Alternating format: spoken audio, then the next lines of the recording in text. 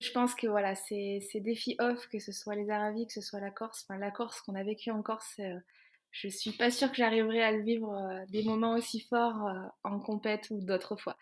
Je pense que clairement en fait, le partage, le fait de l'avoir vécu à plusieurs aussi, de l'avoir partagé avec mes proches, je crois que c'est ces moments-là qui sont incroyables. Et je suis pas sûre qu'on arrive à reproduire de telles émotions et ouais, de tels plaisirs en fait avec un dossard où finalement, oui, on est seul quoi. On est quand même plus ou moins seul sur une course avec un dossard sur le dos. Et ces moments de partage, ils sont assez incroyables. Bonjour à tous, je suis Guillaume Lalu et je suis ravi de vous retrouver dans ce nouvel épisode de Course Épique. Course Épique, c'est le podcast Running et Trail qui vous fait vivre dans chaque épisode une histoire de course hors du commun. Athlète émérite, coureur confirmé ou anonyme passionné, quand la légende d'une course et la destinée d'un coureur se rencontrent, c'est dans Course Épique qu'elle se raconte. Course Épique, c'est un nouvel épisode chaque mercredi, mais c'est également chaque lundi matin un extrait de l'épisode à venir pour bien démarrer la semaine ensemble. Nous avons donc rendez-vous 2 fois par semaine. Et si vous souhaitez suivre notre actualité au jour le jour et découvrir les coulisses du podcast, je vous donne rendez-vous sur notre compte Instagram courseepique.podcast. J'ai le plaisir de recevoir dans cet épisode Anne-Lise Rousset. Coutumière des performances remarquables à haut niveau en trail running depuis près de 10 ans, Anne-Lise a signé un retentissant exploit le mardi 14 juin dernier. Elle a pris le départ du GR20, le mythique sentier corse, non pas pour aller déguster les spécialités locales au fil des refuges, mais plutôt pour se frotter au record féminin de vitesse sur la distance. Un record qui est alors la possession d'Émilie Lecomte en un peu plus de 41 heures. L'objectif pour Anne-Lise et son équipe est clairement affiché. Boucler ses 170 km et 13 000 mètres de dénivelé positif en moins de 36 heures. Ce projet, Anne-Lise l'a initié avec le soutien précieux d'Adrien Séguret, son compagnon et également entraîneur, moins de 1 an après la naissance de leur premier enfant. Cette traversée du GR est pour Anne-Lise un projet sportif individuel d'une ambition folle, mais surtout une aventure collective qui s'annonce forcément épique. Avec l'aide d'Adrien, ils ont tous deux pris le temps de s'imprégner du GR au fil de leurs différentes visites sur l'île de Beauté, de s'entourer de ceux qui connaissent le sentier mieux que personne, et de partir à la rencontre et de porter attention et respect à tous ceux qui en composent le chemin et en forgent eux aussi la légende. Mais je ne vous en dis pas plus. Anne-Lise va vous raconter tout ça bien mieux que moi. Bienvenue dans notre nouvel épisode de Course Épique, Corse et âme. Bonjour Anne-Lise et bienvenue dans ce nouvel épisode de Course Épique. Je suis vraiment ravi d'échanger avec toi. Bonjour, merci. Anne-Lise, on enregistre cet épisode le 12 juillet. C'est 4 semaines tout juste après que tu aies établi le nouveau record féminin sur le GR20. Tu avais annoncé à l'époque que tu ne toucherais pas à tes baskets pendant les 3 semaines qui suivraient ce record. Est-ce que tu as réussi à tenir parole ou est-ce que tu n'as pas pu résister à l'appel des sentiers? Non, non, j'ai tenu 3 semaines Sans sans rien faire. difficulté, ouais. Ben, au début, ça fait du bien, donc non, non, il y a vraiment besoin. Après, il me tardait de reprendre un peu, mais malgré tout, il y avait quand même une grosse fatigue, donc ça a fait du bien. Non, j'étais contente de reprendre, mais ça a fait du bien de bien couper. Les petites balades en nature ont repris, elles aussi, j'ai vu. Tu avais fait aussi Ouais, de belles promenades ce week-end avec la famille. exactement. Annelise, traditionnelle question d'ouverture de ce podcast. Avant de rentrer vraiment plus en détail dans ton parcours sportif, est-ce que tu pourrais te présenter en quelques mots où est-ce que tu vis, ton âge, enfin, voilà, ce que tu veux bien nous dire de toi qui ne serait pas encore directement lié à la course à pied qu'on va développer un peu plus tard? Du coup, bah, j'ai presque 34 ans. Je vis à Thoran, à côté d'Annecy, donc en Haute-Savoie. Du coup, j'ai un petit bébé qui a 1 an maintenant, et puis je suis Depuis pas très vétérinaire. longtemps, Non, depuis une il a semaine, si je dis pas de bêtises. exactement, il est né le 4 juillet, donc c'est tout frais. Et voilà. Et puis professionnellement, à côté, je suis vétérinaire et je travaille du coup à côté d'Annecy. J'avais lu à l'époque que c'était un emploi qui t'occupait à 80%. C'est toujours le cas? Tu es au 4/5e sur ce job-là ou est-ce que ça a un peu évolué depuis l'arrivée de Faustin? Ouais, même, je suis un poil plus qu'à 80 en fait. C'est bon, c'est voilà, c'est un 80 en véto, ça correspond à un bon temps plein dans la pour d'autres. Ouais, une cinquantaine d'heures, c'est ça? Oh oui, oui, bien, ouais, ouais, ouais. Donc ouais, ouais, non, Facile. on va dire que c'est un 3/4 temps, mais ça correspond bien à un temps plein dans les autres travails. Et puis en plus là, normalement, enfin, je vais m'associer fin d'année, donc voilà, ça changera pas beaucoup dans mon planning, mais ça pour compliquer. Histoire de s'en remettre un petit peu sur les épaules. Parce que là, on a plus de 5/5e. Là, si on met le véto, maman, la course à pied, la pratique assidue, ça fait des semaines bien remplies, C'est j'imagine. ça, on s'ennuie pas. Donc, tu es aussi jongleuse avec ton agenda. Tu arrives à jongler Ouais, avec tout ça. Jongleuse élite. Annelise, est-ce que tu pourrais nous parler de ton rapport au sport dans tes plus jeunes années? Est-ce que tu as baigné dans un environnement qui a été sportif? Est-ce que tu as des souvenirs de sport très très jeune et d'avoir eu envie de pratiquer parce que tu baignais dans cet environnement-là? Alors, pas du tout. Non, mes parents sont pas très sportifs du tout. Après, voilà, j'ai toujours été à l'extérieur à crapahuter. Mon père, il m'a toujours emmené avec lui en forêt, aller faire tout ce qui est cueillette. Ça, je le suivais partout. Donc, un environnement très nature, ça oui, mais sportif, non, et loin de là. Et c'est vrai que j'ai pas cette culture-là de toute petite. On pratiquait pas, mes parents regardent pas le sport à la télé, suivent pas. Donc, non, je suis assez, enfin, initialement, je suis vraiment loin de tout ça. C'était pas Mais une par trajectoire toute tracée en tout cas. C'était pas un héritage heu, familial. T'es pas prédestiné. non, non, non, non, du tout. Et tu vivais dans quel coin? Tu as grandi dans quelle région? J'ai grandi dans le Cantal, à côté de Saint-Flour. Donc le sport à l'époque pour toi, ça se cantonnait à la pratique scolaire, ça a été ça? Ouais, exactement. Alors après, ouais, j'aimais courir et je pense depuis toute petite, j'aimais courir, même en primaire, voilà, quand ils nous faisaient courir, ben, j'aimais courir avec les garçons. Ça me plaisait de courir en soi. Après, au collège, au lycée, oui, je faisais un UNSS. Au lycée, j'ai poussé un tout petit peu plus parce qu'il y avait une option athlée, donc je faisais un athlé. Mais j'avais pas pris de licence FFA et j'avais pas envie. En fait, je voulais pas faire de compète quand j'étais gamine. Et je faisais aussi un peu, enfin, de l'équitation à ce moment-là. J'avais mon petit cheval à la maison, donc en fait, voilà, j'aimais monter à cheval, aller crapahuter, courir un peu à droite à gauche, mais sans faire de compète et d'entraînement structuré. Qu'est-ce qui me guidait ce choix-là? C'était, pour éviter toute forme de pression? Tu voyais pas d'intérêt spécialement? Enfin, tu avais pas ce challenge-là, en tout cas, d'aller te mesurer ou d'essayer de te prouver des choses? C'était loin de tes Ouais. centres d'intérêt? Tu voulais avoir une pratique assez pure, finalement, de ton sport, tes loisirs? Je sais pas, j'avais pas envie de faire de compétition en fait. C'est vrai qu'avec l'UNSS, il y avait toujours des propositions d'aller prendre une licence, voilà, d'aller à des entraînements, mais c'est vrai que j'avais pas envie de faire de compétition en fait. Et puis c'est vrai que le cheval me prenait un peu de temps, donc aller en plus faire des compètes comme ça les week-ends, ça m'intéressait pas. On entendra, la notion de plaisir, elle est, assez centrale dans toute ton approche. En 2013, tu t'es plongé malgré tout un peu plus dans une dimension, compétitive.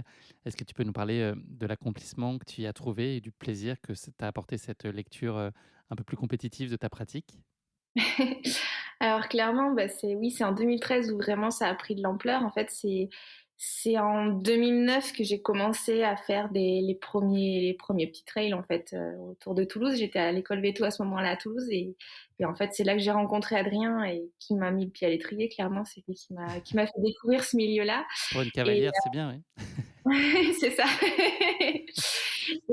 Et du coup, c'est vrai que tout de suite, j'ai pris beaucoup de plaisir dans l'effort que ça procure. C'est sûr que l'effort me plaît, courir et puis aller au-delà voilà, de nos capacités, en tout cas d'essayer de donner le maximum de ce qu'on peut faire, c'est quelque chose qui me plaît. Courir en nature, essayer voilà, de courir dans des endroits assez incroyables et puis de découvrir vraiment plein d'endroits différents. Donc ça m'a séduit. Et c'est vrai que c'est pour ces raisons-là que vraiment j'adore le trail et que voilà, que cette passion a vite pris naissance à ce moment-là, ouais. Et mes premiers trails, voilà, c'était en 2009-2010 et puis progressivement, c'est devenu un peu plus sérieux en 2013, ouais. Est-ce que tu as su très vite que ton cœur te porterait vers des efforts et des formats assez longs? Ou est-ce que ça a été une lente évolution et une progression avec des distances qui sont allongées, pardon, par la force des choses? Alors ça s'est allongé, non au début et même assez longtemps en fait, enfin bon, c'est assez longtemps non parce qu'en fait j'ai fait ma première CCC en 2014 donc c'est un peu ça a été relativement vite quand même mais je me suis plu assez rapidement sur du format 40-80 et c'est vrai que ça a été quand même assez vite sur ces distances-là, surtout le 40 kilomètres. C'est vrai que ça voilà, en gros, j'ai découvert vraiment la pratique du trail lors d'une reco, sur un trail qu'on organisait en fait sur Toulouse et c'était un format 90, on faisait une reco en 2 fois, en 40, 2 fois 40, 45 et c'est vrai que voilà, je suis assez rapidement mis sur cette distance-là sans vraiment me rendre compte que ça commençait à être pas mal quand même 40 bornes et puis progressivement c'est monté à 80 et puis j'ai fait ma première CCC en 2014 Et je pense que oui, le côté quand même de passer du temps, enfin ce format-là me commence à vraiment me plaire. Et maintenant, de plus en plus, je suis attirée par la plus longue distance. Alors j'aime courir, donc il faut quand même que ça reste de la course à pied et qu'il y ait des moments vraiment de course. Mais malgré tout, de pouvoir aller au-delà de ses limites et de ne pas être forcément L'avantage de l'ultra, c'est que déjà, c'est une course à, enfin, individuelle, c'est-à-dire que c'est déjà nous face à l'effort et après on se moque en fait du classement ou des autres. On doit déjà arriver à faire cette distance-là. Et ça me plaît en fait de déjà faire la course, arriver à faire la distance. Et c'est vrai que je suis attirée par l'ultra par rapport à ça, je pense. Donc c'est des choses que tu veux te prouver à toi, en fait, faut que tu veux peut-être pas prouver, mais réussir pour toi et t'accomplir dans cette réalisation-là pour toi? Ouais, je pense, ouais, d'essayer de voir jusqu'où on est capable, plus que d'être à la bagarre en permanence. C'est vrai que sur des formats courts, avec j'ai adoré faire les circuits de skyrunning, des circuits de Golden, où voilà, c'est des superbes courses, c'est des ambiances incroyables. Mais malgré tout, du début à la fin, on est à la bagarre tout le temps. Mine de rien, ça reste des circuits, donc ça demande des courses à peu près, voilà, une échéance toutes les 4, 5 semaines. Et c'est usant. Et même si voilà, j'ai adoré, ça a été des super expériences, mais je crois que maintenant j'ai envie un peu de lever le pied et de plus voilà, faire moins de courses et du coup d'aller un peu plus long sur la distance pour voir plus le côté jusqu'où on est capable d'aller voilà, sur une épreuve. 2-3 grands rendez-vous dans l'année, ça te va amplement. Ouais, C'est le bon ouais, ouais. équilibre. J'ai plus envie d'en faire tous les week-ends.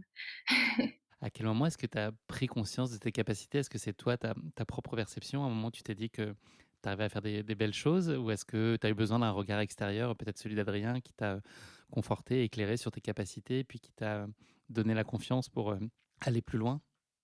Ouais, clairement, c'est Adrien qui m'a permis de faire tout ça parce que j'aurais jamais, moi, de moi-même pensé être capable de faire ça.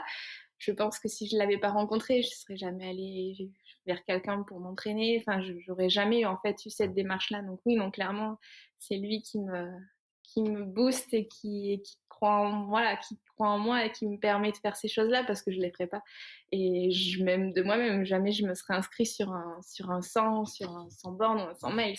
C'est inconcevable pour moi. Donc c'est un peu lui qui me guide, qui me motive qui fait que c'est réalisable. Même en considérant toute l'évolution et tous les résultats géniaux que tu as pu avoir au fil de ton parcours, il n'y a pas eu quand même cette confiance qui s'est construite et qui s'est affirmée en toi? Tu as quand même aussi toujours autant besoin finalement d'avoir ce soutien. Non, j'ai besoin de son soutien, ça c'est sûr. Après, c'est vrai que j'y vais quoi, j'y vais, j'y vais, ça c'est sûr. Des fois, j'y vais même un peu trop tête baissée, mais c'est parce que j'ai confiance en lui plus que confiance en moi en fait. Et s'il me prépare il sent que je suis capable d'essayer de le faire, ben j'y vais après sans me poser trop de questions.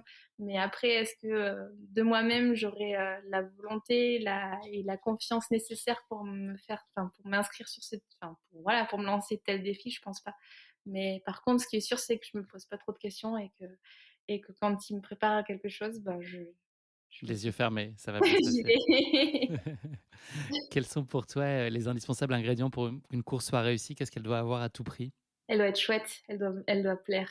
Ça, c'est la priorité. Je pense que c'est le plus important. Alors du coup, bah, moi, ce qui m'attire, c'est clairement, c'est la montagne. La montagne, que ce soit voilà, que ce soit des singles, que ce soit assez sauvage, c'est vraiment la première chose voilà, qui m'attire sur une course. Mais clairement, avant de s'inscrire sur quoi que ce soit une course, que ce soit un défi off, c'est le parcours qui est motivant. Et quel est ton moment favori d'une course? Que J'inclus un peu tout le cycle, l'avant, l'après, le pendant. Est-ce qu'il y a vraiment un moment que tu chéris et qui est particulièrement agréable? Je sais pas, un moment d'aisance sur la course, l'émulation du départ, la dernière séance de préparation, un moment où tu te dis que ça y est, il y a plus qu'à. C'est quoi le moment que tu chéris le plus dans une course? Je pense que ce qui est le mieux, c'est quand justement on a mené à bien cette préparation et qu'on a des super sensations. Il y a des moments de haut, il y a des moments de bas pendant une course, ça c'est sûr, et quel que soit le format, quelle que soit la difficulté de l'épreuve. Et je pense que ce qui est vraiment génial, c'est quand justement on se sent bien, ça avance bien et que voilà, on se dit bah toute cette préparation finalement, elle a servi à ce moment-là. Et c'est vrai que il y a des hauts et des bas, mais ces moments de haut pendant l'effort, pendant la course, je pense que c'est ce qu'on recherche et ce qui est le plus appréciable, ouais. On l'a compris, la compétition en elle-même, c'est pas tellement ça, ta source de motivation principale, mais c'est plutôt cette idée de plaisir de courir. Il vient d'où pour toi le bonheur aujourd'hui en course à pied, Annelise? Est-ce qu'il peut être comparable, un dossard sur le dos, sur un off, sur une petite sortie, tranquille du dimanche? Tu peux atteindre, des niveaux de plaisir qui sont comparables? J'avoue que je pense que voilà, ces défis off, que ce soit les Aravis, que ce soit la Corse qu'on a vécu en Corse, je suis pas sûre que j'arriverai à le vivre, des moments aussi forts, en compète ou d'autres fois. Je pense que clairement, en fait, le partage, le fait de l'avoir vécu à plusieurs aussi et de l'avoir partagé, hein, avec mes proches, je crois que c'est ces moments-là qui sont incroyables. Et je suis pas sûre qu'on arrive à reproduire de telles émotions et ouais, de tels plaisirs en fait avec un dossard où finalement, oui, on est seul quoi. On est quand même plus ou moins seul sur une course avec un dossard sur le dos. Et ces moments de partage, ils sont assez incroyables. C'est le moment de sortir un petit miroir que tu auras à portée de main et de te regarder dedans, Annelise. Est-ce que tu pourrais nous parler, de ce que tu penses être, tes points forts à la fois d'un ordre physique et mental et aussi les zones d'amélioration sur lesquelles tu vois qu'il y a encore des choses sur lesquelles tu as envie de travailler, sur lesquelles pourrait y avoir une marge de progression? Comment est-ce que tu auto-évaluerais aujourd'hui, tes capacités? C'est pas simple de Pas répondre. facile. Après, je pense que le point fort peut-être, ça a été ce côté de rien lâcher et c'est vrai que cette première expérience sur une si longue distance, elle a été chouette dans le sens où je pense que à aucun moment j'ai baissé les bras et j'avais envie d'aller jusqu'au bout et je pense que voilà, d'essayer de se donner d'un coup de pied aux fesses quand ça allait pas, d'essayer de profiter au max mais sans se brûler les ailes quand c'était le moment d'un peu d'euphorie, mais ça a été chouette. Donc je pense que le côté mental face à l'effort a été un point faible. En tout cas, voilà, je pense que ça a été un point faible. Après, à travailler, bien sûr, bah il y a tout ce qui est il y a la gestion de l'effort, c'est pas simple à gérer, tout ce qui est l'alimentation, tout ce qui est autour, ça c'est pas simple à gérer. Et puis il y a toujours à travailler. C'est vrai que moi jusqu'à présent les points un peu faibles, c'était toute la puissance qu'il fallait donner en montée, des choses comme ça. Donc ça, il faut toujours le travailler et je le travaille. Mais tu rechignes un peu plus que le reste? C'est pas tes séances les Ouais, plus bah, favorites? ça demande c'est de la muscu. Bon, c'est pas ce que je préfère faire à la maison. C'est les travails de côte vraiment en puissance, c'est pas les plus rigolotes, quoi. Je préfère, oui, clairement, je préfère faire même je prends beaucoup de plaisir à faire de la vitesse, à faire des séances de tempo, ça j'aime bien. Mais ou des sorties longues, bien sûr, ça c'est toujours ce qu'on préfère. Mais c'est vrai que ces séances de puissance, stricte, c'est pas ce que je préfère. Tu partages, donc l'avis d'Adrien Séguret qui est, notamment depuis septembre dernier, sélectionneur de l'équipe de France de trail. Il a un CV bien plus long que ça.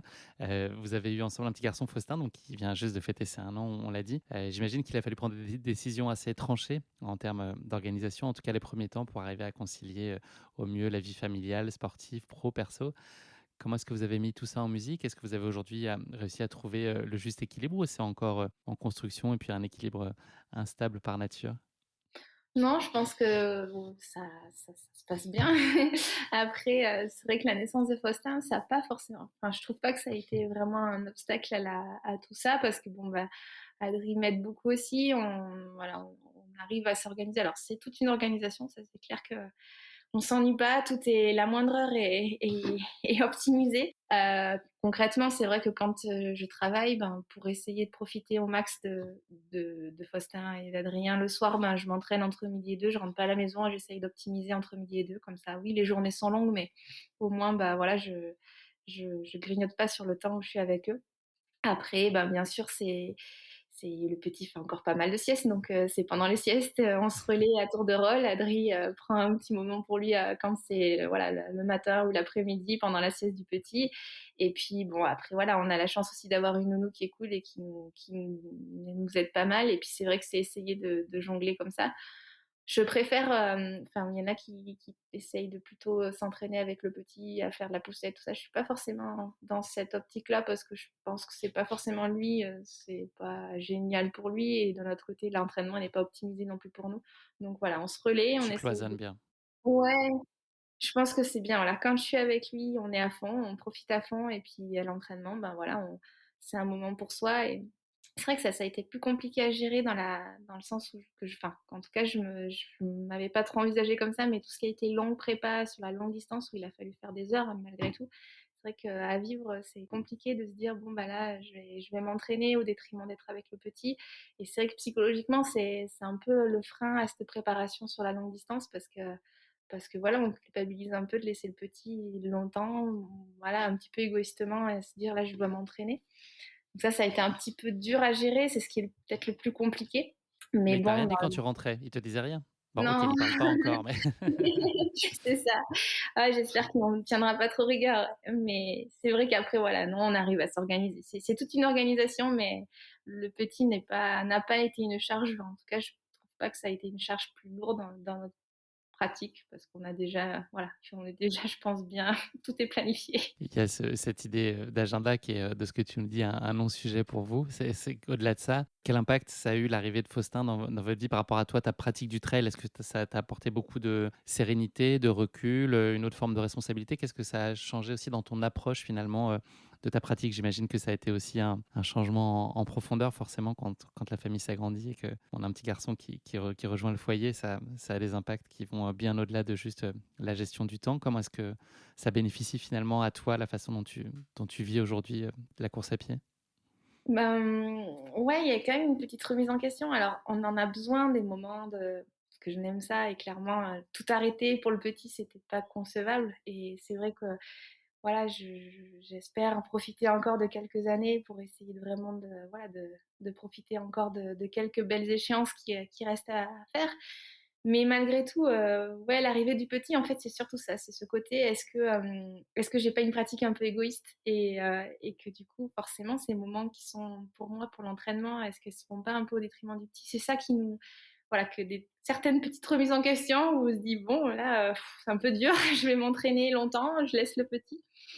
Et d'un autre côté, j'en ai besoin aussi et ça fait partie de notre équilibre. On a besoin de ça et j'aime ça. Et c'est sûr que tout sacrifier non plus, je pense que ça fait partie de notre vie et je le vivrais pas très bien non plus si vraiment j'avais tout arrêté avec l'arrivée du petit.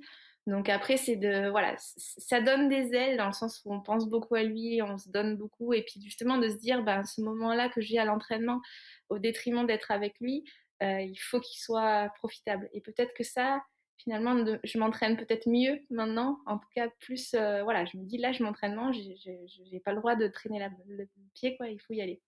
Et du coup, c'est à la fois une source de motivation, ça c'est sûr, et à la fois ce côté un peu des fois, ouais, culpabilisant. Mais bon, ça, je pense que ça va passer, il va grandir un peu, mais c'est vrai que ça, des fois, c'est un peu dur de s'entraîner au détriment de lui. Est-ce que tu pourrais nous en dire un peu plus sur les multiples casquettes d'Adrien qui t'entourent et sur plein de domaines et notamment dans ta pratique de haut niveau? Quelle est sa contribution? Quel est son rôle pour toi? Alors, bah, dans la pratique du sport, je lui dois tout. Donc clairement, c'est lui qui m'entraîne depuis toujours. Ça a toujours été mon entraîneur. Ça s'est toujours très, très bien passé. Enfin voilà, je pense que mine de rien, il y a aussi que lui qui peut m'entraîner parce que bon, il me connaît par cœur. De deux, c'est vrai qu'avec le boulot que je fais, ben, c'est pas simple et de comprendre les contraintes du métier, de comprendre l'état dans lequel je suis la veille pour le lendemain et le pauvre de se réajuster en permanence l'entraînement, ben, c'est hyper important par rapport à ça. Donc clairement, oui, c'est lui qui m'entraîne et qui est responsable de tout ce qui est prépa physique de tout ça. C'est clairement lui aussi enfin, on le fait ensemble, mais qui me motive pour faire certaines courses et voilà, le calendrier, il est fait ensemble et tous les choix que ce soit course ou projet, ben, c'est construit ensemble. Par rapport à la Corse, par exemple, voilà, il a été plus que le chef d'orchestre, quoi. C'est lui qui a tout organisé voilà. Moi, j'ai couru, c'est tout, quoi. Lui, il a tout organisé, tout préparé et c'est clair, voilà, il a un rôle plus que majeur, en tout cas, voilà. Sans lui, la course à pied n'occuperait qu'une toute petite place. Merci beaucoup pour cette introduction, Annelise. On va passer maintenant à notre rubrique de la basket chinoise. Et voilà, initialement, c'était un format de portrait chinois. C'est pour ça que ça s'appelle la basket chinoise. Ça a un petit peu évolué maintenant vers une espèce de questionnaire de Proust. La première question de cette basket chinoise, quel est le talent que tu aimerais le plus avoir? Je pense qu'il faudrait que j'ai la main verte parce que je suis nulle en jardinage. Tout ce que je plante, ça ne pousse pas. Donc, j'aimerais avoir ce talent-là. Mais bon, après, il faut avoir le temps aussi pour jardiner. Ça n'est pas ta priorité, tu as d'autres Pour chantiers en ce l'instant, moment. non. Si tu devais emmener, 3 choses sur une île déserte, alors on considère que, Adrien et Faustin font partie, du voyage évidemment. Quelles sont les trois choses que tu emmènerais en complément de ta famille sur une île déserte? Je pense que je prendrais une paire de baskets, que c'est quand même. Je prendrais peut-être un poney pour le caresser si Faustin et Adrien n'est pas là, pour le consoler. Et puis quand même, je serais bien malheureuse, donc je m'ennuierais un petit peu. Je pense que j'aurais besoin d'un paquet de mouchoirs. Dernière question, de cette basket chinoise. Quel est, l'accomplissement qui t'apporte le plus de fierté? Bah, je dirais Faustin. Oui, c'est un bonheur absolu, Ouais. ultime. Avant de savoir ce que c'est d'avoir un bébé, ouais, on se rend pas compte. Et puis c'est que des belles surprises tous les jours. Ouais, ouais. Là, il marche déjà ou pas? Il a 1 an? Bah, il fait un peu le feignant en fait. Il marche à quatre pattes, donc il est à fond. Et il se lève, il se tient, mais il trouve qu'à quatre pattes c'est mieux. Donc ça va plus vite. Donc pour l'instant, il s'est pas lâché encore. Il marche pas. D'accord, il crapahute pas encore partout dans toute la maison, vous êtes pas, Non, obligés de le ça courir après, ça va être une autre forme d'entraînement pour toi ça? ouais, c'est ça. Mais déjà à quatre pattes, il bouge pas mal. Merci beaucoup Anne-Lise. On va parler maintenant de ta course épique, donc ton record sur le GR20. Avant ça, je vais me présenter en quelques mots et planter le décor de cette course épique à laquelle tu as préparé il y a quelques semaines. J'appelle ça une course épique, mais il y a pas de dossard, bien sûr. C'est plutôt un défi épique. Ce projet plante son décor le long du GR20, qui est le sentier de grande randonnée en Corse, qui est souvent considéré comme le sentier le plus difficile au monde. Ce sentier de grande randonnée traverse la Corse au départ de Calenzana pour une arrivée à Conques, le trajet inverse étant également possible. Il mesure dans sa version actuelle 180 km, mais les tentatives de record se font, elles, depuis 1995 sur l'ancien tracé, qui est long de 170 km, pour 13 000 mètres de dénivelé positif environ. Pour la petite histoire, le premier balisage du sentier est réalisé en 1970. Le GR20 était ainsi né. On lui attribue d'ailleurs ce numéro en référence à celui de l'ancien département de la Corse, avant que deux départements ne soient distingués en 2A et 2B en 1976. Pour les randonneurs, le GR20, c'est en théorie entre 10 et 16 jours de marche en montagne, pour ne pas dire en haute montagne, avec plusieurs sommets à plus de 2000 mètres d'altitude. On va voir que pour Annelise, c'est beaucoup moins que 10 à 16 jours. Le terrain, de manière générale, les rochers et le dénivelé très marqués ont fait la réputation de ce sentier mythique, au même titre que ces paysages à couper le souffle. Cette aventure a été coupée par des nuits en refuge ou en tente et des journées à évoluer sur le sentier corse. Au gré de ces étapes, ce parcours est une aventure sans nul autre pareil, exigeante, minérale, grandiose, ça tu vas nous le dire, j'en suis certain, à laquelle de nombreux prétendants venus des quatre coins de la planète prennent part chaque année, parmi lesquels les échecs sont parfois nombreux, faute de préparation tout à fait appropriée. Hormis à Asco, Vizavon et Bavel, vous avez peu de chance d'y croiser de la civilisation, c'est ce qui peut sembler un peu difficile pour certains et vraiment reposant et dépaysant pour d'autres. Le GR20 est un retour aux sources, à l'essentiel. Le record de vitesse du GR20, il a changé un certain nombre de fois de main, ou plutôt de pied, depuis 1988, puisque le précédent record féminin, avant que tu ne t'y frottes, Annelise, datait de 2012 et était la possession d'Émilie Lecomte, qui avait réalisé ce GR20 en 41 heures et 22 minutes et 10 secondes, pour être tout à fait précis. Et chez les hommes, le record a été battu l'année dernière par Lambert Santelli, que j'ai eu le plaisir de recevoir dans l'épisode 49 de ce podcast. Si vous ne l'avez pas fait, je vous invite à l'écouter en complément de cet épisode avec Anne-Lise. Et donc Lambert a décroché ce record en bouclant lui son GR20 en 30 heures et 25 minutes. Voilà, Lambert qui sera d'ailleurs un des personnages clés de ton aventure sur la tentative de record que tu vas nous raconter aujourd'hui, Anne-Lise. Voilà, en quelques mots, ce qu'il faut avoir en tête sur la course épique qui nous intéresse aujourd'hui. Ça va, tout y est, tout est Ouais, juste. ça va. Anne-Lise, tu confirmes? Oui, exactement. Avant qu'on parle de ta tentative de record, parce que je dis tentative de record au cas où les gens pensent encore que tu n'es pas réussi à battre le record. Il y a une espèce de petit suspense, tu vois, pour les gens qui ne sauraient pas. On va désormais se pencher sur la rubrique qui s'appelle la question qui pique de Course Épique. C'est une question très gentiment piège que je pose à mes invités, donc c'est très bienveillant. Voilà la question pour toi, Annelise. On va aujourd'hui parler de ton récent record sur le GR20, mais les premières tentatives, elles remontent à plusieurs dizaines d'années. Est-ce que tu saurais me donner un ordre d'idée du premier record du GR20 qui a été établi à la fois chez les hommes et chez les femmes? Alors, il y a eu quelques années d'écart. Chez les hommes, c'était en 1988 par Piero Griselli et Guy Genovesi et par José Combo chez les femmes en 2006. Est-ce que tu as un ordre d'idée du temps qu'ils ont mis à boucler? Voilà, le temps est sensiblement même chez les masculins et les féminins pour couvrir ce GR20, le tout premier record. Bah, je crois que c'était Piero Santelli, oui, Santelli qui l'ont. qui l'avait en 36h50, quelque chose Alors comme le ça. tout premier record, Déjà, c'est le le premier tout premier premier, livre. c'était 56 heures, figure-toi. En D'accord. 1988 et en 2006, c'est 56 heures et 4 minutes par José Combo, tu vois, la féminine qui a battu le record. Donc quasiment une vingtaine d'heures de plus que toi. Impressionnant. Désolé Annelise, cette question qui n'était pas très facile. Maintenant, on va se consacrer à ton GR20, à ton record. C'est ça qui nous intéresse aujourd'hui. Pour commencer, Annelise, est-ce que tu pourrais nous expliquer comment est née cette idée de te frotter à ce record du GR20? Elle a germé pour la toute première fois il y a environ 2 ans et demi. Est-ce que, voilà, qu'est-ce qui explique ce choix? Et puis, est-ce que tu avais un attachement déjà tout particulier à Lille? Alors avant, non, je connaissais de réputation, j'avais entendu que du bien de la Corse, mais je la connaissais pas. Et la première fois qu'on y est allé, donc ouais, ça fait 2 ans et demi, et donc comme beaucoup de monde, forcément, c'est le GR qui nous titillait. Donc on est allé faire ce GR en 4 jours et demi avec Adri, donc bon, en mode rando trail quand même bien et assez optimisé. On avait les sacs, mais on l'a optimisé. Et c'est vrai que, ouais, j'ai été vraiment mais séduite à 100% par ce sentier. Je savais, enfin voilà, de réputation, on m'avait dit que ça serait technique, que ça serait de la montagne, mais vraiment, il est incroyable en fait. Déjà, on parle de sentier, mais finalement, c'est une trace, quoi. Plus une trajectoire qu'on suit. Il n'y a pas toujours un sentier dessiné, ça loin de là. Et surtout, voilà, pendant les recos, là, quand j'ai pu le faire en mai, quand il n'y avait pas encore les randonneurs qui l'empruntent, bah, c'est là qu'on voit le côté sauvage du sentier où vraiment c'est une trace qu'on suit, une trajectoire qu'on suit. Il est incroyable, on arrive vraiment dans des décors très rapidement, très, très alpins, très minéral, même par rapport aux Alpes, par rapport à chez nous, là en Haute-Savoie, c'est encore plus sauvage, encore plus marqué. Et c'est vrai qu'il est très déroutant et j'ai totalement été séduite en fait par ce tracé-là. Et donc voilà, on a été sous le charme, ça a été une super belle expérience. Et puis voilà, assez rapidement, Adri a regardé le temps qu'on avait mis, a regardé un peu. Il a fait ses petits calculs. Et bizarrement, voilà, assez rapidement, il me dit tiens, tu sais, quand même, ce serait chouette, quoi. Mais bon, pour moi, ça me paraissait totalement impossible, dans le sens, avait 170 km. Voilà, c'était assez déroutant, assez impossible, mais bon, on en a parlé, on a commencé à en parler. Alors voilà, moi, comme Il le avait fallu tracé, 3 minutes pour te convaincre ou 3 mois? moi, je l'ai laissé au début dire oui, oui, d'accord. Et ça a été plus concret après, en y retournant, on a commencé après à rencontrer vraiment.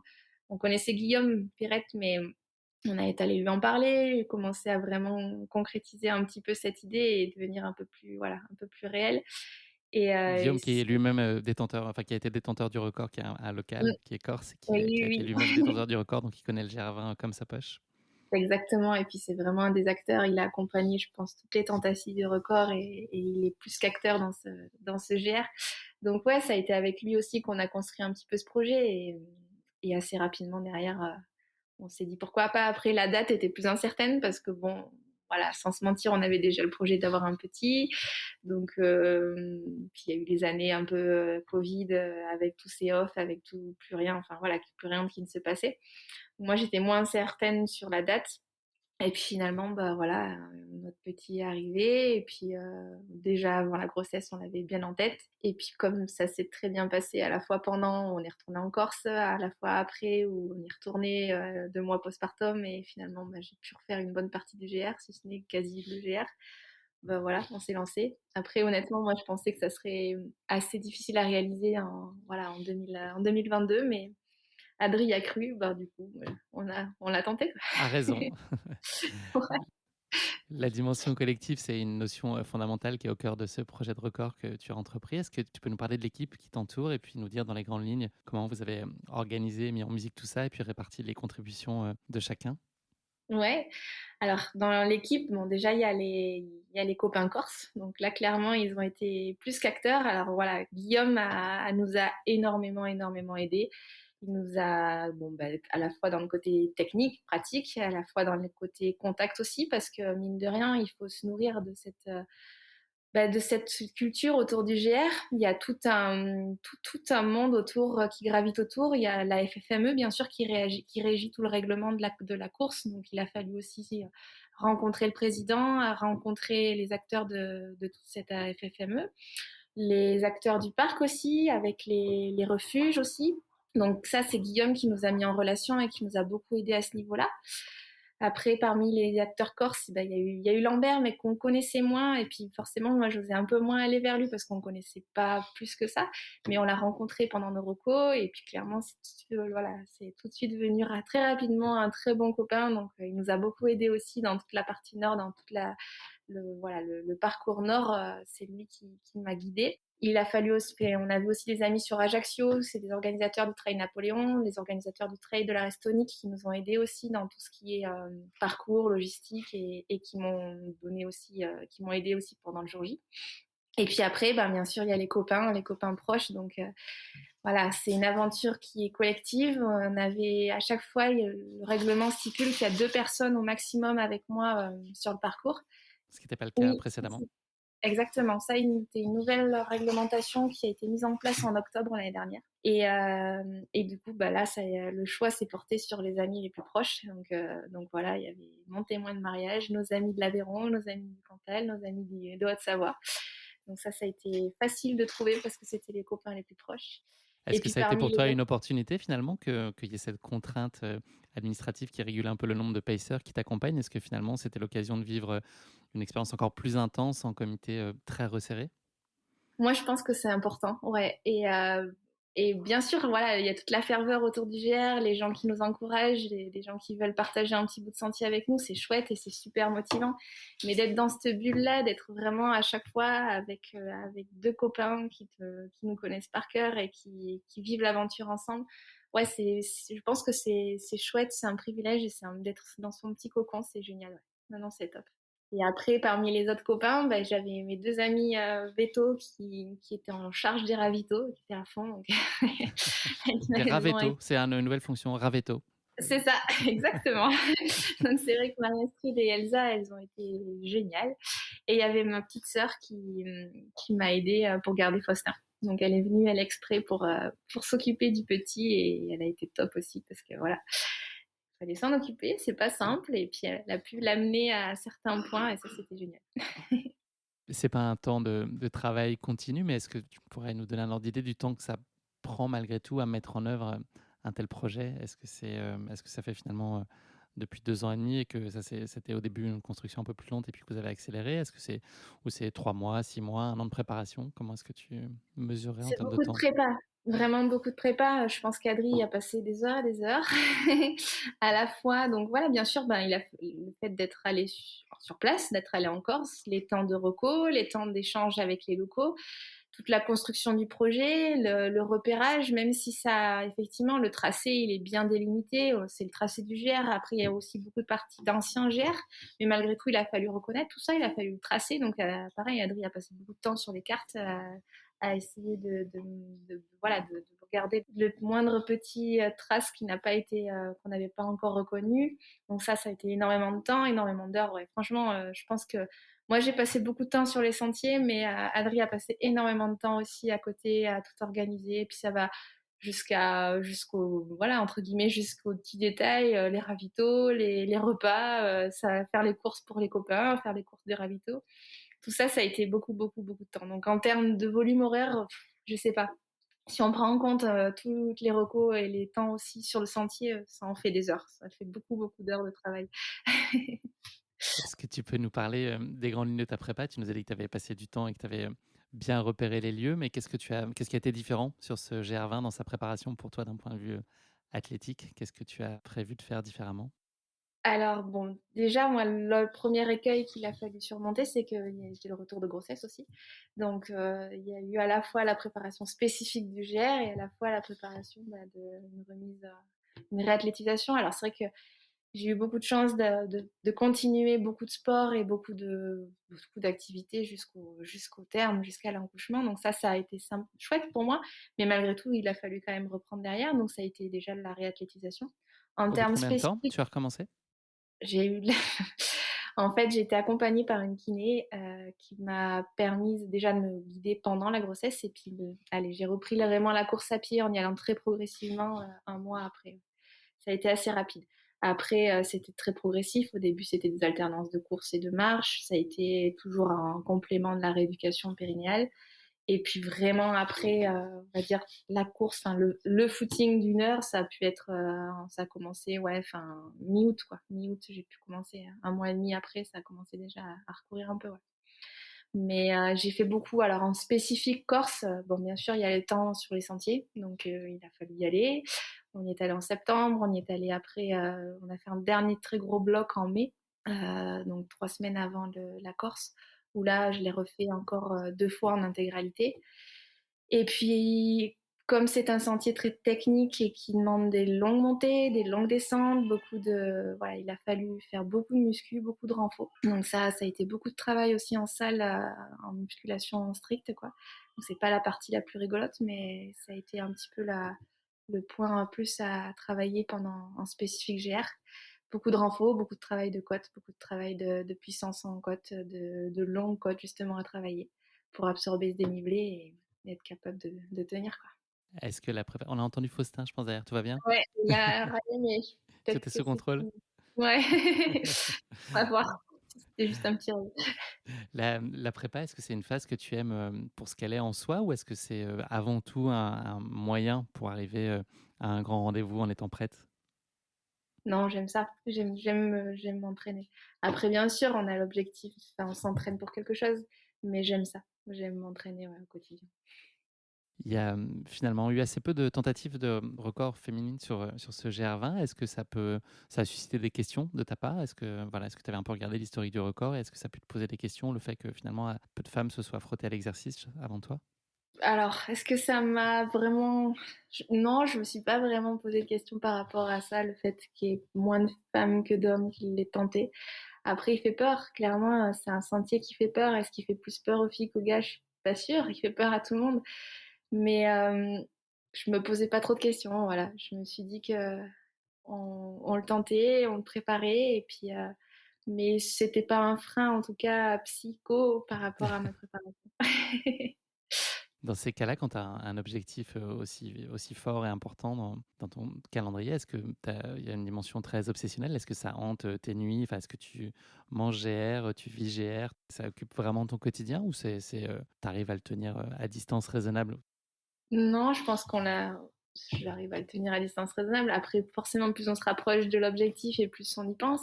Mais je pense non, ça montait pas non plus plus que ça. Non, non, je l'avais en tête dans tous mes entraînements. J'avais à cœur de bien le faire et forcément, je m'entraînais pour ça, c'est sûr.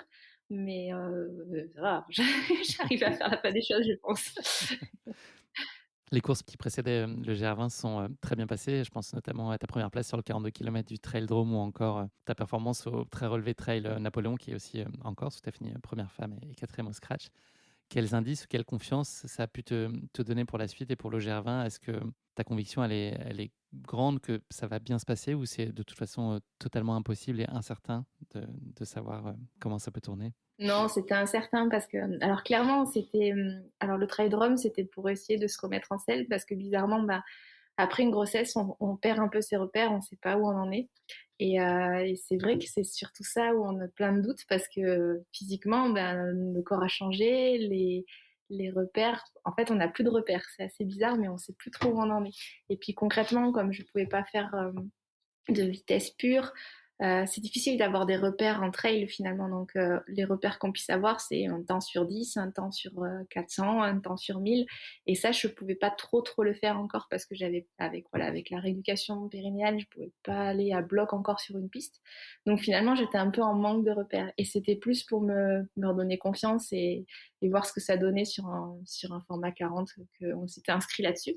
Donc le trail run, ça m'a fait du bien aussi en me disant, bon, j'étais pas complètement foutue, donc ça c'était chouette. Et puis le trail Napoléon, c'était plus là pour le coup parce que voilà, il y avait les organisateurs qui nous ont beaucoup aidés.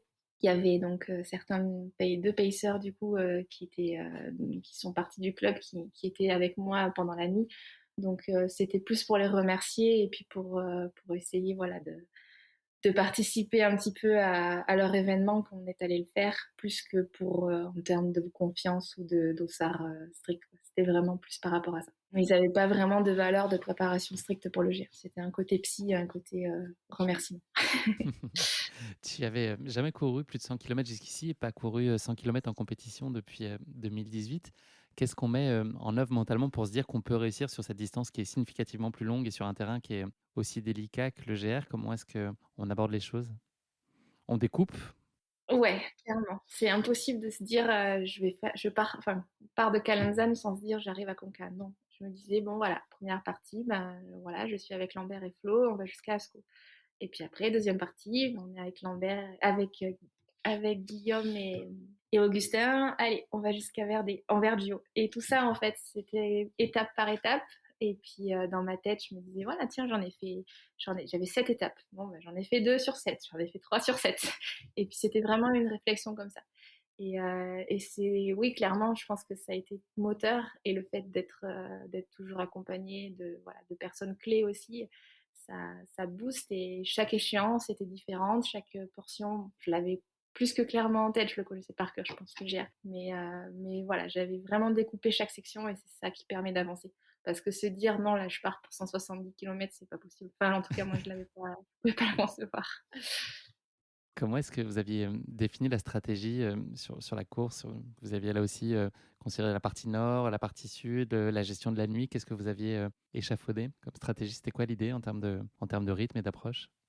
Alors, bon, après, il y a la théorie, il y a la pratique. Bon, clairement, ouais, ce GR, il se découpe quand même assez nettement en partie nord et en partie sud, avec une partie nord très, très technique, bien que la partie sud ne soit pas hyper roulante non plus, mais c'est vraiment la partie nord qui est clé. Donc après, l'idée, c'était vraiment d'aller au bout et de rester lucide et le mieux possible sur la partie nord.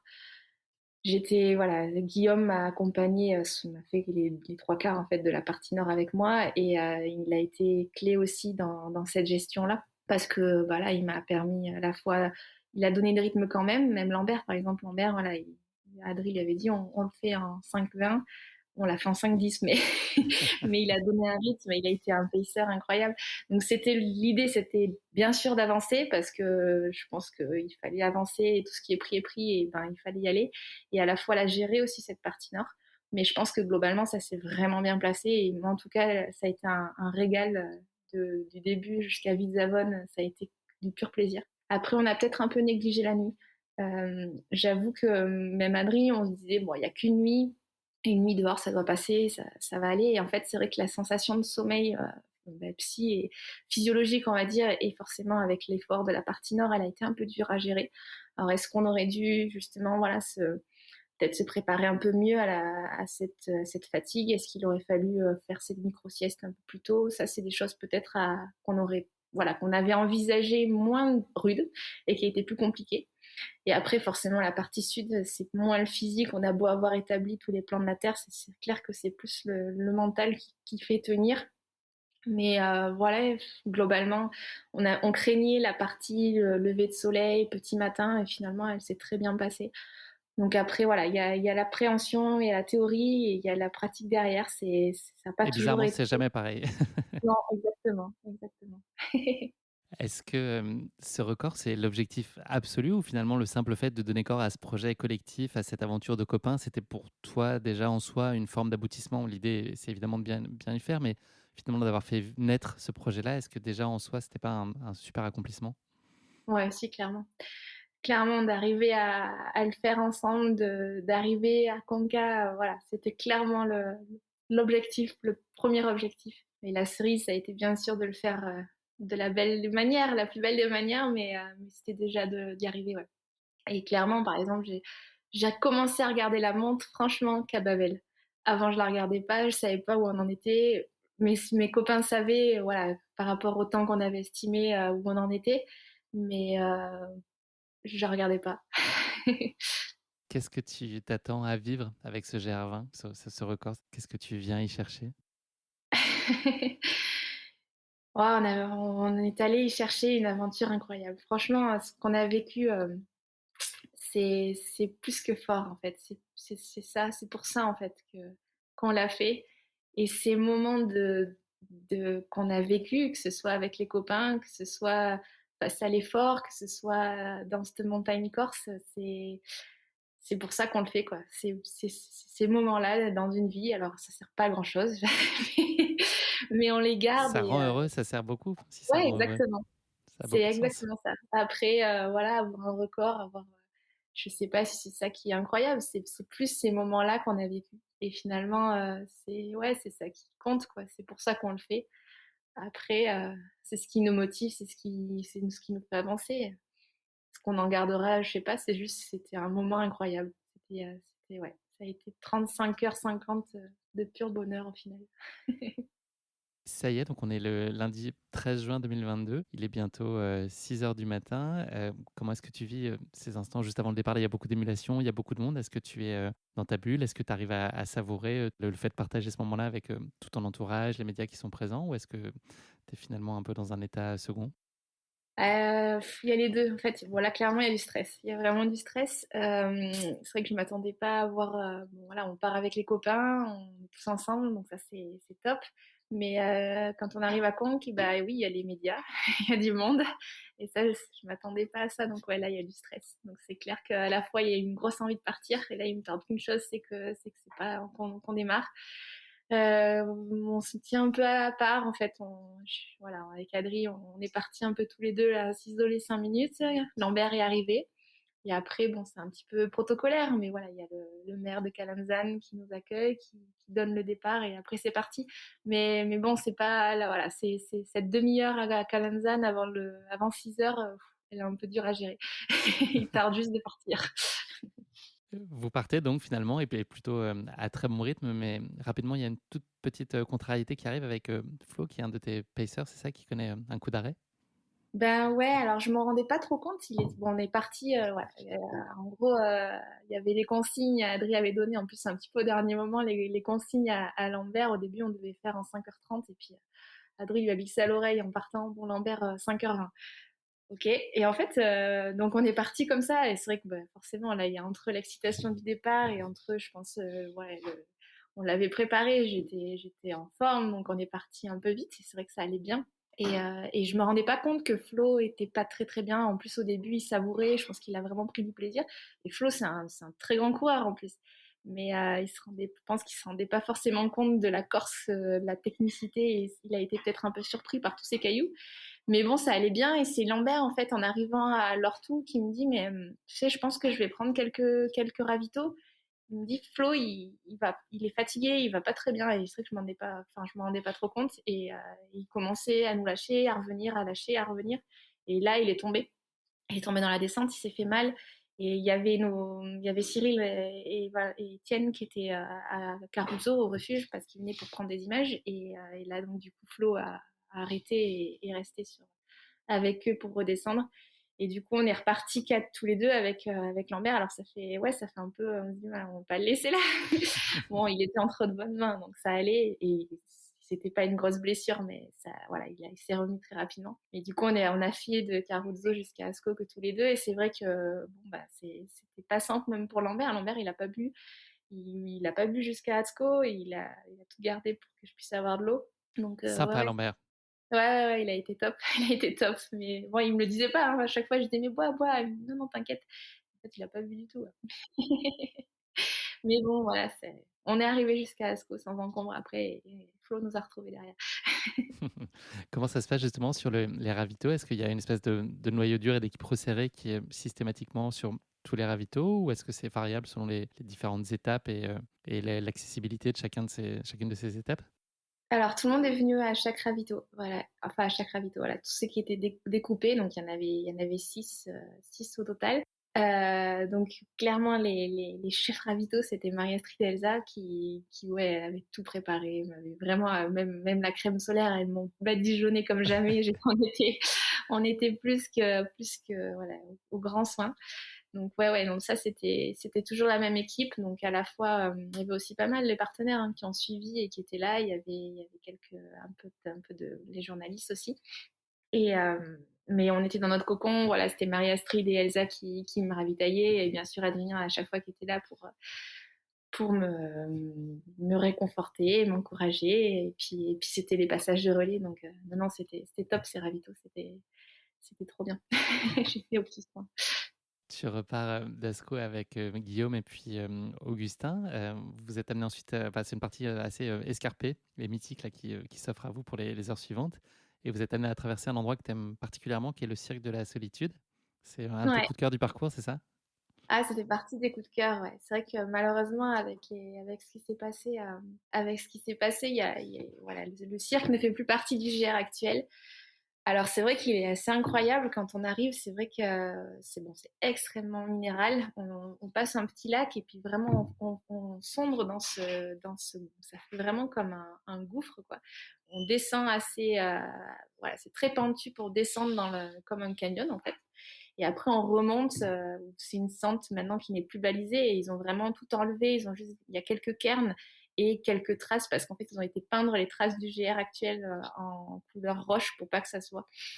Donc bon, bien sûr, là, je l'avais déjà fait plusieurs fois et Guillaume, il le connaît par cœur. Mais il est incroyable, il est vraiment grandiose. On est à quatre pattes, c'est un peu de la limite de l'escalade et il est magnifique. Ce passage-là est vraiment magnifique. C'est vrai que c'est bon. Voilà, à cause des circonstances qui se sont passées, on comprend que ce soit plus le GR actuel, mais c'est vraiment une partie qui est magnifique. Et c'est un moment de privilège du coup d'y passer grâce à voilà le parcours il passe pour le record et c'est un endroit qui est très très très joli. Ouais. Et puis c'est un moment où tu es parfaitement en forme, où tout se passe bien, donc tu en profites d'autant plus. Ouais, bah là on n'est pas voilà on est aux 30 bornes à peu près donc ça va bien. C'est le début. C'est ça. Vous avez ensuite une montée assez costaud jusqu'à Tchotoulouse, c'est ça, je crois, Ouais. où il y a le soleil qui tape très fort. Ça a été quand même une des particularités de ce record, la chaleur qui a été très marquée. Est-ce que toi, tu en souffres à ce moment-là ou tu passes plutôt Ça relativement à allait travers? après, ça allait. Alors c'est vrai qu'il faut profiter de chaque moment où on traverse des rivières pour se mouiller. C'était toujours de se rappeler de ça. Il fallait vraiment toujours s'hydrater à bloc. Euh, ouais, c'est pas simple à gérer parce que vraiment il a fait très très chaud. Donc après voilà mes copains m'ont mouillé tout le temps, m'ont donné beaucoup d'eau. Ils avaient aussi à consigne. Alors les pauvres, ils étaient harcelés et obstinés par ça parce que j'ai du mal, enfin, j'avais que de l'eau dans les flasques. J'ai du mal, même avec la chaleur, entre le goût, j'avais du mal à vraiment prendre autre chose que de l'eau. Et pour essayer de contribuer à toutes ces pertes, en fait, de sel, d'électrolytes, ben, j'avais pris des électrolytes et du sel sous forme de petites gélules. Et en fait, c'est bête, mais c'est juste de prendre des gélules, je supportais pas trop cette idée-là. Donc, mais à chaque fois, il me harcelait à toutes les heures. Allez, il faut prendre tes gélules de sel, il faut prendre, tu sais. Donc tout ça, ça a été, bon, bien sûr, très important parce que c'est vrai que la perte, elle est tellement conséquente avec cette chaleur que du coup, bah voilà, pour combler les pertes d'électrolytes et de sel, ben, je prenais ces petites gélules et puis c'était vraiment la consigne de s'hydrater en permanence, de garder la casquette sur la tête et d'essayer de s'hydrater. Parce que ouais, cette montée-là particulièrement, là, même jusqu'à Vergio, on est vraiment en plein soleil tout le temps. La roche, elle rejette pas mal la chaleur aussi, donc il a fallu le gérer, ouais. Ça s'est plutôt bien passé, même si forcément, hein, ça puise, c'est un paramètre qui fait que ça puise quand même encore plus. Mais bon, je pense que ça, finalement, la chaleur, ça a été pas trop mal quand même à gérer. Tu arrives ensuite au fer à cheval où tu retrouves Seb Chéniaud et puis Guillaume qui prolonge d'une étape à nouveau. Et tu vas aborder un peu plus tard un de tes passages préférés, là encore, après Manganou, un moment de Ouais. la journée en plus qui sublime encore plus les lieux. Est-ce que tu peux nous parler de ce passage-là et ton passage préféré en Crète? Ouais, je crois que c'est vraiment mon passage préféré du GR. Alors c'est vrai qu'il y a les lacs de Nino aussi juste avant qui sont magnifiques avec toutes ces tourbières, là, ce qu'ils appellent les podines. C'est magnifique, il y avait des chevaux partout, c'est très très beau. Mais vraiment la pépite, je trouve que c'est après Manganou, on arrive au-dessus de la vallée de la Restonique, où c'est vraiment des crêtes. Alors on a les lacs du Capitellou qu'on voit, c'est très très montagneux, c'est très minéral. Là, il y a pas un arbre. Et c'est vraiment magnifique. Et en plus, forcément, on y est arrivé ouais, sur les coups entre 18h et 20h, quoi. Et ça a été vraiment, vraiment un instant magique. En plus, il y a voilà, les organisateurs de la Restonique qui nous ont fait un petit ravito. Alors, ils nous l'avaient demandé, ils nous l'avaient dit un peu en avant, mais franchement, comme on était un peu en avance, Guillaume il me dit: «Ah, ils y seront pas, ils y seront pas». Et finalement, ils y étaient et ça a été chouette aussi, au-dessus des lacs, là, ils nous avaient fait un petit ravito, donc ça, c'est des moments de partage, c'était incroyable. Au refuge de Petra Piana aussi, on y est arrivé sur les heures juste avant ou juste après le repas là, de tous les randonneurs. Donc ils étaient tous là, ouais, ils nous ont fait un accueil incroyable. Donc entre la beauté de ce paysage qui est magnifique et La les heures à chaleur des laquelle gens autour de toi qui t'entourent. Ouais. ouais, c'était vraiment fabuleux. Ouais. Là, c'est des souvenirs incroyables. Tu prends le temps de t'arrêter à chaque fois ou tu es un peu timé et au bout de 30 secondes, tu dis allez, on perd pas le nord, faut y aller là, faut repartir assez vite. Alors, on reste pas longtemps, mais surtout avec Guillaume, on s'arrêtait quand même au refuge. Et notamment au refuge, on prenait le temps au moins de dire, en tout cas, bon, déjà, il fallait tamponner le petit carnet, et puis même de parler, de dire bonjour aux gardiens, de leur faire un petit coucou, parce que mine de rien, ils ont été super. À chaque refuge, ils nous ont préparé un petit ravito. Ils avaient sorti les canettes d'orangina, de coca, des sneakers. Ça, ils ont été super à chaque fois. Et du coup, c'est important, je trouve, à la fois, bon, par contrainte de devoir tamponner ce carnet et par respect pour leur accueil, de prendre un moment. Mais c'était quoi? C'était 2-3 minutes maximum, 3 minutes grand max, quoi. Mais on prenait quand même le temps de le faire. Tu as senti beaucoup d'adhésion sur le projet et d'enthousiasme sur les gens que tu as pu rencontrer sur ton parcours ou sur tes points d'étape comme cela? Tu as senti vraiment que tout le monde était avec toi? Ouais, c'était vraiment chouette. Ah ouais, vraiment. Alors à la fois les randonneurs, c'était drôle parce que puis même il y avait des fois des étrangers et ils étaient tous à fond et je crois qu'ils étaient tous ouais, ils étaient un peu au courant du projet donc dès qu'ils me croisaient, ah c'est toi qui tente et tout. Donc ça c'était vraiment chouette. Et puis ouais, l'accueil au refuge, ouais. Les refuges, ça a été génial. Et puis bon là c'est les acteurs du GR quoi, donc d'être accueillis par eux dans leur milieu et d'avoir comme ça leur encouragement et leur soutien, c'est fort quoi. Il y a à nouveau un peu plus tard un de tes pacers qui est victime lui aussi de la loi de la gravité. Ouais, ouais c'est Seb, le pauvre, Pauvre il Seb. est tombé aussi, bah, peu de temps après Petra Piana. Il est tombé, et puis il s'est bien, enfin, il est tombé sur la cage thoracique, quoi, et du coup, ça lui a à la fois coupé un peu la respiration et ça lui a bien fait mal. Donc, ouais, le pauvre Seb, on l'a encore lâchement abandonné avec Cyril. À Londa, le refuge avant d'entamer la nuit. Et du coup, c'est Thomas, qui est le stagiaire de chez Scott, qui était à fond, qui attendait que de prendre le relais, qui est venu avec nous dans la nuit. Donc ouais, on a encore laissé le pauvre Step sur le bord du chemin. Mais ça va, il va. Vous arrivez un peu plus tard à Vidzavon, qui est un gros point d'étape, un gros marqueur du parcours. Le bilan de cette première journée, il a été très positif, puisque là, sur la partie nord, là, la nuit commence à arriver. Tu marques une bonne coupure. Là, c'est le moment de faire quand même un petit break un peu plus marqué avant de repartir, notamment dans la nuit. Ouais. Ouais, là, donc on arrive à Vidzavon. Donc le plan, c'était de s'arrêter pas plus de 20 minutes. C'est ce qu'on a fait. Je me suis changée. Mais là, presque, je me suis trop arrêtée. Pourtant, je me suis pas arrêtée longtemps, mais presque, c'était trop parce que finalement, j'étais dans la lancée avec Guillaume. Ça se passait plutôt bien, même s'il y avait de la fatigue. Mais on était dans notre lancée, ça allait bien. Et cet arrêt à Vidzavon, bon, il devait être minuit, 1 heure. J'ai quand même réussi à manger un petit peu. Et là, du coup, j'ai commencé à avoir mal au ventre, j'ai eu un petit peu froid. C'est fou comme ça devait être presque un peu fiévreux parce que les filles m'ont juste mouillé un peu les jambes à l'éponge pour me rincer. Et là, mais j'avais un frisson incroyable et c'est vrai que du coup, j'ai eu froid après. Donc, je me suis vite réchauffée derrière, mais ça a été un peu compliqué. Après, voilà, je pense que c'est normal. Comme on dit, sur des longues distances comme ça, il y a des hauts, il y a des bas. Et il est arrivé là, c'était sûr. Après, peut-être à refaire, ça serait voilà, de peut-être s'arrêter un poil moins, d'essayer de profiter de se lancer, du moins d'être sur cet élan, de ne pas trop s'arrêter. Parce que mine de rien, ouais, ça a été compliqué après. Ou alors peut-être de devoir faire une micro-sieste plus tôt, je sais pas. Mais ça a été compliqué la nuit, après a été un petit peu compliqué, ouais. La nuit qui était un passage que tu appréhendais pas particulièrement d'ailleurs. Pour toi, c'est une autre Bah, forme enfin, une autre façon de vivre la course qui te plaît aussi, qui est très ouais, complémentaire de l'expérience diurne. c'est ça. D'habitude, j'aime courir la nuit. Après, j'avais jamais fait de nuit dehors entière. Soit c'était des fins de parcours qui se faisaient des nuits, soit forcément quand on part très tôt sur une course de 80-200 bornes, on part de nuit. Et c'est vrai que j'aime bien courir la nuit, même faire des trails de nuit.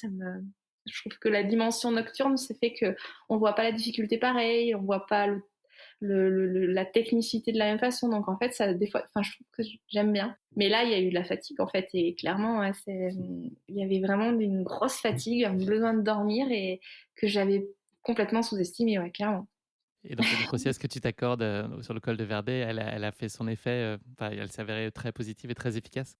Bah, finalement oui, alors que ça je savais pas hein, parce que j'avais jamais fait une micro-sieste. Alors Guillaume me l'avait dit, il m'avait dit: «Écoute, avec l'avance que tu as, franchement prends le temps même si tu dois dormir 20 minutes, dors 20 minutes» et à chaque fois je pensais à ses conseils du coup quand ça allait pas bien, je me disais: «Mais là, il faut peut-être que je m'arrête et tout».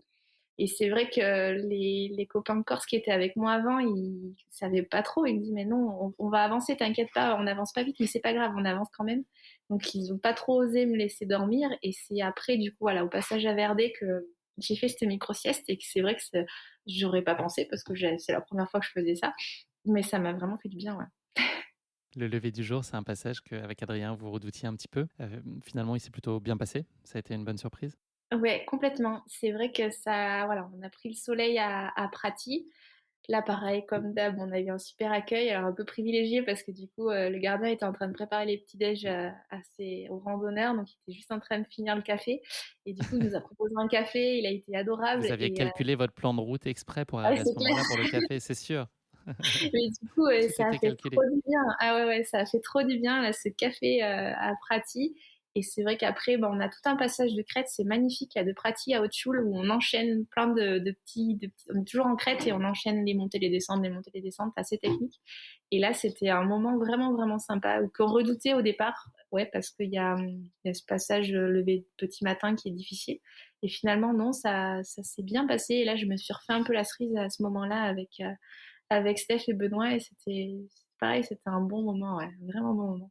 Vous continuez votre route et vous passez ensuite le col de Bavella, qui est un passage aussi sublime qu'il est délicat. Tu passes à travers ce moment un petit peu moins simple. Est-ce qu'à à ce moment-là, tu as la conviction que vous pouvez aller au bout? Est-ce que c'est prématuré encore de se dire que c'est fait?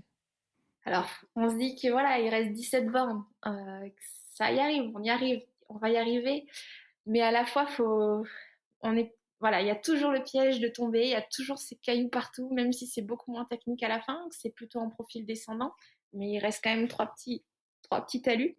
Donc là, clairement, à la fois, il me tarde d'arriver. D'ailleurs, je suis pas restée très longtemps à Babel.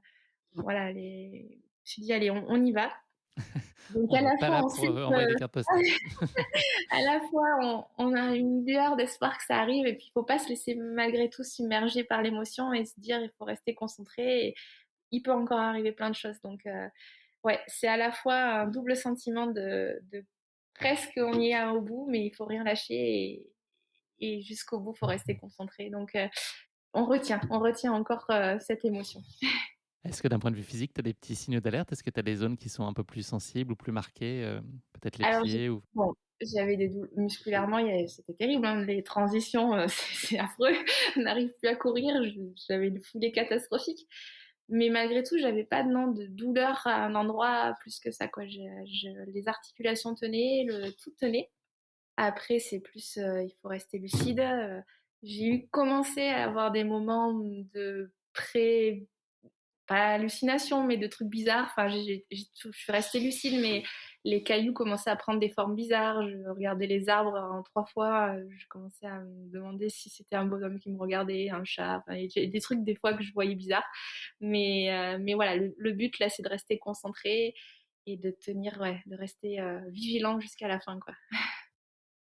la fin, elle peut que bien se passer puisque Adrien donc sera, un des 2 pacers à t'accompagner sur les 17 derniers kilomètres.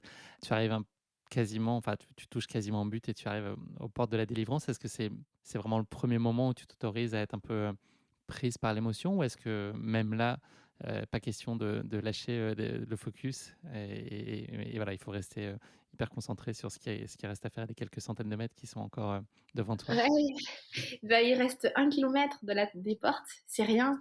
Et à la fois, là, c'est pareil. Là, clairement, l'émotion, elle arrive, mais il faut la contenir jusqu'à l'arrivée. Mais ouais, là, clairement, on attend l'arrivée. Mais l'émotion, elle commence vraiment à envahir quand même. C'est difficile de la retenir. On sent qu'on y arrive. Vous concluez ces 170 km et 13 000 mètres de dénivelé positif après 35 heures et 50 minutes de course. L'objectif était de faire en moins de 36 heures, sachant que tu améliores le record d'Émilie Lecomte de 5h30. Qu'est-ce qui prime? J'imagine que c'est plein de mélanges et d'émotions très confuses. L'envie de serrer tout le monde autour de toi, ça doit être très exaltant et grisant comme moment, non? C'est Bah, difficile peut-être d'y associer une émotion unique, c'est un savant mélange de plein de choses. c'est ça, c'est une émotion que voilà, il y a tout qui s'effondre, quoi. C'est clair que là, on retient plus rien, on se rend compte qu'on est arrivé, qu'on est arrivé tous ensemble, et ouais, clairement, là, on est submergé par cette émotion et juste on savoure ce moment-là. C'est le chrono, il est loin, on n'y pense pas à ce moment-là. C'est C'est le plaisir vraiment, d'arriver qui prime, c'est pas tant le record, c'est ça? ouais, complètement, ouais, ouais, complètement. Est-ce que tu peux nous dire quels ont été, selon toi, les facteurs clés de votre réussite? Je dis votre, c'est ta réussite individuelle, mais avec un élan collectif très fort que tu as mis en œuvre autour de toi et que, aussi, sur lequel Adrien a joué un rôle central. C'est quoi les ingrédients indispensables qui ont fait que vous ayez réussi à respecter ce projet à la lettre et que finalement la théorie et la pratique se soient bien croisées parce que vous aviez tout Bah, entrepris pour? clairement, c'est d'avoir été accompagné par les bonnes personnes. Je pense que c'est ça qui a été plus que moteur dans cette aventure, de l'avoir vécu, voilà, avec la meilleure des façons, avec avec mes proches, avec mes vrais amis. Et ça, je pense que c'est la réussite de ce projet. Après, bien sûr, voilà, l'entraînement, il a été top. Ça, c'est Adrien à qui on le doit. On a tout préparé et finalement, on n'a pas eu voilà, tout a été optimisé et les conditions étaient parfaites. Mais je pense que vraiment la réussite, oui, elle en vient à toute cette équipe autour de nous, quoi. Ça, c'est sûr. Est-ce que les quelques minutes ou les quelques heures après, tu as envie de faire une très grosse fête et de profiter de ce moment ou tu avais très, très envie de dormir et de te reposer avec ta famille? Alors, c'est tout combiné. C'est vrai qu'on est épuisé. Bon, c'était fin de l'après-midi, donc on a bu ils ont bu une piètre. Moi, j'étais pas capable de boire une piètre. J'ai bu un thé. Je me prenais un thé. Il faisait 40 degrés, j'avais froid. Bon, voilà, c'était là, il y a plus rien qui va, quoi. Quand on s'arrête, il y a plus rien de très logique. Euh, oui, à la fois, bien sûr, envie de célébrer et à la fois capacité limitée à, à célébrer. Ouais, on a pris un peu de temps après pour rentrer et de se reposer. Et on l'a bien fêté. Par contre, on est allé manger chez Lambert qui a un resto du coup à côté de Kalamzan et on est allé faire une belle soirée chez lui. Bon, après, voilà, c'est comme tout. On a envie de faire plein de choses, mais les capacités physiques sont modérées. Donc, la moindre goutte d'alcool, c'est la cata. Et puis, on a faim, mais pas faim, mais un petit peu faim, mais envie de manger ça. Et puis, finalement, non. Donc, c'est un peu, tout est très contradictoire. Mais bon, on a quand même bien fêté à ce moment-là, quand Bien profiter. même. A posteriori, qu'est-ce qui t'a paru le plus difficile sur ce record? C'était quoi la chose la plus délicate à gérer? Ouais. La chose peut-être plus compliquée, c'est tout ce qui est géré. Alors, il y a eu le sommeil, ça c'est sûr, et l'alimentation. Alors, c'est les facteurs clés, je pense, du long, et c'est sûr que c'est souvent ce qui revient, mais c'est vrai que c'est pas simple. Et ça aussi, on a des plans, on essaye de les tenir, mais alors après, on est loin de la théorie, de la pratique. Et là, en pratique, on est loin de la théorie, pardon. Et c'est difficile, la chaleur accentue la difficulté. Mais c'est vrai d'arriver à s'alimenter sur des efforts aussi longue durée, ben clairement, à un moment donné, le sang, tout est focalisé sur les muscles et absolument plus rien dans le digestif. Et ça, c'est dur de s'alimenter. Ça, c'est vrai que donc je pense que c'est l'écueil principal de toute longue distance, mais c'est pas simple à gérer. Qu'est-ce que ce record, il t'a appris sur toi? Il t'a forcément Euh, révélé des choses ou conforté ouais, peut-être certaines? ben, que je sois capable de faire un effort aussi long et puis ce qui s'est passé dans ma tête pendant tout cet effort, en fait. Je pense que c'est ça où j'ai pris du plaisir vraiment pendant un si long effort, que la gestion des moments faibles, finalement, elle est faisable, on arrive à la gérer. Et c'est ça peut-être, ouais, qui m'a le plus, voilà, j'ai le plus appris de ça, en fait, je pense. Question impossible, je te l'annonce, parce qu'il y en a une multitude, de souvenirs, de ce record. Si tu devais retenir une image, un moment.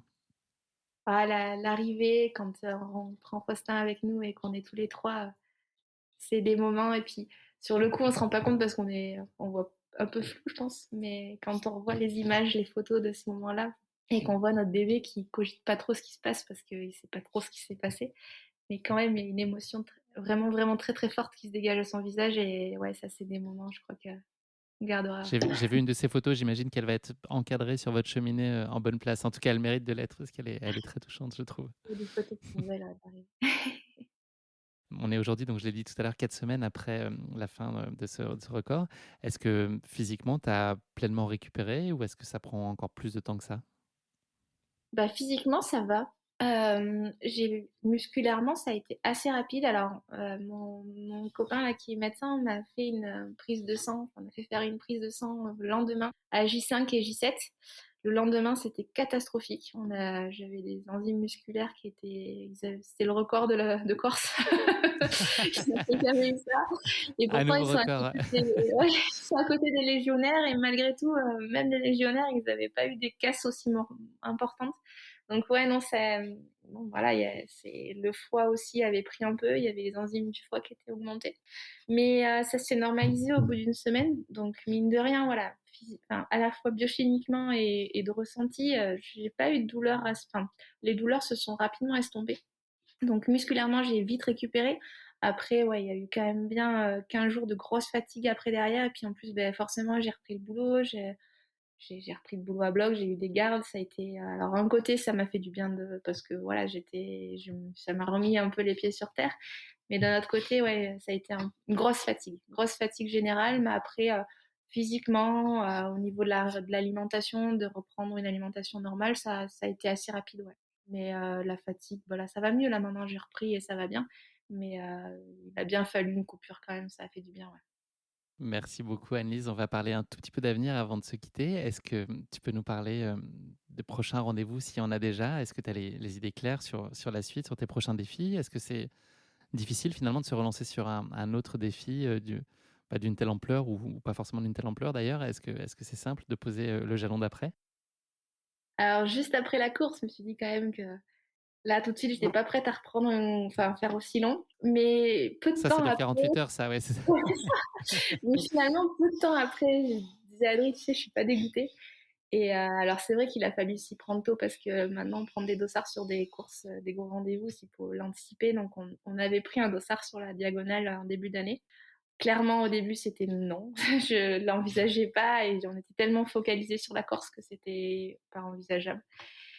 Mais voilà, finalement, Ça le devient. 3 semaines après, ça le devient. Ouais, clairement, je vais préparer. Après, on va voir ce que ça donne. Peut-être que ça sera court par rapport à l'accord, je sais pas. Mais en tout cas, on va y aller. Donc, on va préparer la diagonale fin octobre. Fin octobre. Super projet. À plus long terme, est-ce que tu as un projet ou un défi sportif qui est pas forcément d'ailleurs dans la course à pied, mais un projet familial ou autre qui te tient particulièrement à cœur, que tu as envie de mener un jour dans ta vie, peut-être un rêve de gosse ou un rêve de maman que tu as envie d'accomplir seul ou en famille?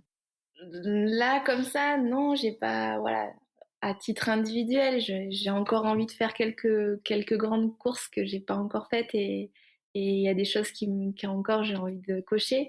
Après, voilà, à titre familial, ben, c'est de le partager ensemble parce que voilà, c'est trop important de le partager. Je pense qu'on est complètement fans de voyage tous les deux et je pense on va le faire vite goûter à notre petit parce qu'il commence déjà à avoir quelques miles dans les pattes. Et Il a bonne école. ouais, du coup, c'est clairement de lui faire découvrir tout ça et puis de voyager avec lui, c'est génial. Donc, à la fois de profiter encore, voilà, de faire 2, 3 belles courses qui restent à faire et puis de voyager, de le faire partager à Faustin. Ouais, c'est un peu les projets. Après, d'autres projets comme la Corse, pour l'instant, on n'en a pas. Après, voilà, on évite des défis qui se mettent en place. Donc, pour l'instant, non, il n'y a pas autre Les chose. opportunités On arrivent verra, d'elles-mêmes. c'est ça.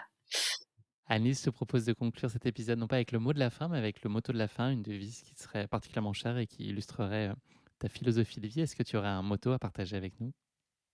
Ouais, c'est un peu bateau, mais je pense que c'est quand même tellement vrai. C'est carpe diem, quoi. Il faut profiter et je pense que c'est vraiment, vraiment important. Après, voilà, c'est bizarre, je l'ai eu à l'oral du bac. On tombait sur ça et finalement c'est rigolo. En fait, c'est rigolo parce que j'avais pas le même sujet et quand elle m'a vue, elle m'a changé de sujet, elle m'en a donné un autre et ça portait sur cette devise-là. Je sais pas si c'est un signe, mais je Ouais, pense que sûrement. c'est Et surtout, on important. veut savoir quelle note tu as eu, tu te souviens? À l'oral, j'avais une Est-ce bonne note. est-ce que tu as été forte en carpe diem? Ouais. Je crois que j'avais une bonne note. J'avais une bonne note. Merci beaucoup Annelise, c'est malheureusement déjà la fin de cet épisode. Merci de nous avoir fait vivre dans tes pas cet incroyable record sur le GR20, un sentier qui suscite à juste titre une incontestable fascination et puis dont on mesure pleinement à t'entendre la difficulté. Bravo encore à toi pour Merci. cette remarquable performance que tu considères aussi comme une réussite collective et quand bien même on peut affirmer que tu as signé une performance individuelle qui est incontestablement remarquable. Merci beaucoup pour nos échanges, j'ai passé un moment super agréable et vraiment passionnant à t'accompagner, ça a été un très grand plaisir. Je te souhaite de t'accomplir pleinement à l'avenir, tant d'un point de vue sportif, professionnel, mais aussi auprès de ta famille qui t'est si chère. Voilà, je vous souhaite énormément de bonheur et beaucoup de succès. Merci beaucoup. Merci beaucoup, Guillaume. À bientôt, Annelise. À Merci pour tout. bientôt. Au plaisir. Merci. Salut. Merci à tous d'avoir écouté cet épisode. Si vous l'avez écouté jusqu'ici, c'est qu'il vous a probablement plu. Alors n'hésitez pas à le partager autour de vous et également à vous abonner, à noter et à rédiger un avis sur votre plateforme d'écoute favorite. C'est essentiel pour que Course Épique soit mise en avant et puisse ainsi continuer à se développer. Cela ne vous prendra que quelques secondes et ça change beaucoup de choses pour le podcast. Merci encore infiniment pour votre soutien et pour votre fidélité et je vous dis à très bientôt pour une nouvelle Course Épique. Évidemment.